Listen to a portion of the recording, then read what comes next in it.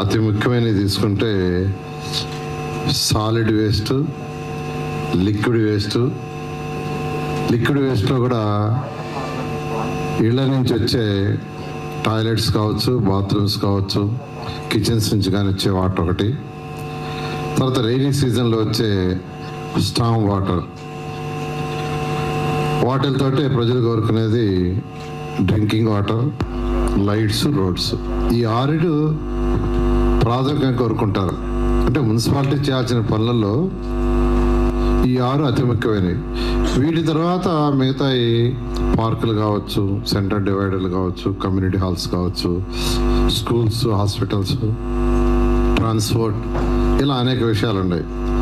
వీటన్నిటిలో కూడా ఈ 6 కూడా అతి ముఖ్యమైనది సాలిడ్ వేస్ట్, లిక్విడ్ వేస్ట్. ఈ సాలిడ్ వేస్ట్ అనేది ఎవ్రీడే వస్తూనే ఉంటుంది, అది ఒకరోజు సాగిపోయేది కాదు.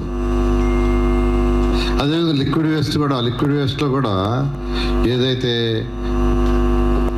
బాత్రూమ్ నుంచి, టాయిలెట్స్ నుంచి, కిచెన్ నుంచి వస్తుంది ఎవ్రీడే. రైనీ స్టామ్ వాటర్ అంటే సంవత్సరంలో 3 months 4 months వస్తుంటుంది. కాబట్టి వీటన్నిటిలో కూడా మున్సిపల్ శాఖ చేయాల్సిన పనులలో అతి ముఖ్యమైనవి సాలిడ్ వేస్ట్, లిక్విడ్ వేస్ట్. వీటిలో సాలిడ్ వేస్ట్ తీసుకుంటే ఈరోజు ఈ రాష్ట్రంలో 6,500 టన్నులు సుమారుగా పర్ డే వస్తుంది. 6,500 tons. ఇది ఏ రోజుకు ఆ రోజు దీన్ని క్లియర్ చేసే పద్ధతులు రావాలి. దానికి అనేక రాష్ట్రాలు అనేక పద్ధతులు అవలంబిస్తున్నాయి. అనేక దేశాలు కూడా యాక్చువల్ నేను స్టడీ చేశాను. ఇప్పుడే పట్టాలు కూడా చెప్పారు, ఒక 10 దేశాలు తిరిగాను. అదేవిధంగా 2014-19లో అనేక దేశాలకి, అనేక రాష్ట్రాలకి ఇందుకోసం వేసాను. సాలిడ్ వేస్ట్ ఎలా చేస్తున్నారు, లిక్విడ్ వేస్ట్ ఎలా చేస్తున్నారు. రీసెంట్గా కూడా మంత్రి అయిన తర్వాత ఈ మధ్య ప్రయాగరాజ్ పోతే అక్కడ మున్సిపల్ ఆఫీసు పోయి వాళ్ళ దగ్గర వాళ్ళు చేస్తున్న solid waste, liquid waste study చేసి వచ్చాం. మన అహ్మదాబాద్ వేరే పని పోతే అక్కడ కూడా వాళ్ళ సాలిడ్ వేస్ట్, లిక్విడ్ వేస్ట్ ఇవన్నీ స్టడీ చేసి వచ్చాం. ఎందుకంటే ఈ మున్సిపల్ శాఖలో అతి ముఖ్యమైన ఈ 2. లైట్స్ కావాలా, ఒకరోజు లైట్ వెళ్ళకపోయినా కాదు. రోడ్లు కొద్దిగా గుంటలున్నా అంత ఇబ్బంది కాబట్టి ఉండకూడదు. కానీ సాలిడ్ వేస్ట్, లిక్విడ్ వేస్ట్ ఏంటంటే అది ఆపడానికి లేదు. 6,500 టన్నులు ఒక 2 రోజులు 3 రోజులు కానీ క్లీన్ చేయకుంటే మొత్తం టోటల్గా స్పాయిల్ అయిపోతుంది. అందువల్ల దీనికి ఈరోజు మున్సిపల్ శాఖ అత్యధిక ప్రయారిటీ ఇస్తుంది. ఆ నేపథ్యంలో ఇక్కడ యాక్చువల్గా ఈ యొక్క వర్క్షాప్ పెట్టడం జరిగింది. ఇప్పుడు గత ప్రభుత్వం 80 లక్షల టన్నుల లెగసీని వదిలేసిపోయింది. ముఖ్యమంత్రి గారు నాకు ఒకటే ఆదేశించారు, రాబోయే అక్టోబర్ 2వ తేదీకి టోటల్ క్లియర్ చేయాలా, ప్రస్తుతం వస్తున్న చెత్త కూడా ఉండకూడదని. దానికి తగ్గట్టుగానే టెండర్లు ఇచ్చాం. వర్క్ స్టార్ట్ అయింది.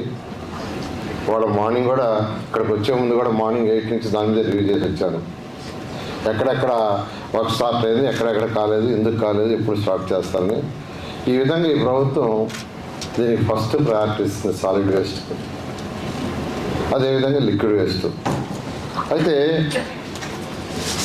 ముఖ్యమంత్రి గారు అంతకుముందు ముఖ్యమంత్రిగా ఉన్నప్పుడు, ఫస్ట్లో ముఖ్యమంత్రిగా ఉన్నప్పుడు గ్రీనరీ మీద ఎక్కువ ప్రయారిటీ ఇచ్చారు.